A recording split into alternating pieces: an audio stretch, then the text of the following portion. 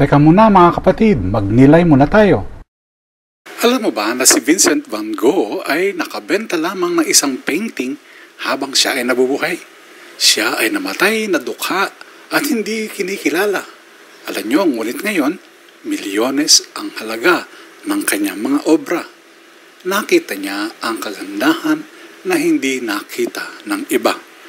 Sa Ebanghelyo, si Jesus ay bumalik sa kanyang bayan at nagbasa mula sa aklat ni Isaías.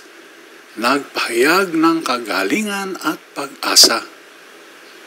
Sa simula, humanga ang mga tao, ngunit nang sinabi niyang sa kanya natupad ang hula, galit ang sumunod. Hindi ba anak siya ni Jose? Tanong nila, hindi nila matanggap ang kadakilaang nagmumula sa karaniwan. Tulad ni Van Gogh, si Jesus ay tinanggihan. Hindi dahil kulang siya sa katotohanan, kundi dahil bulag ang puso ng tao. Sabi ni San Pablo, hindi kayo nagluluksa gaya ng mga walang pag-asa ha.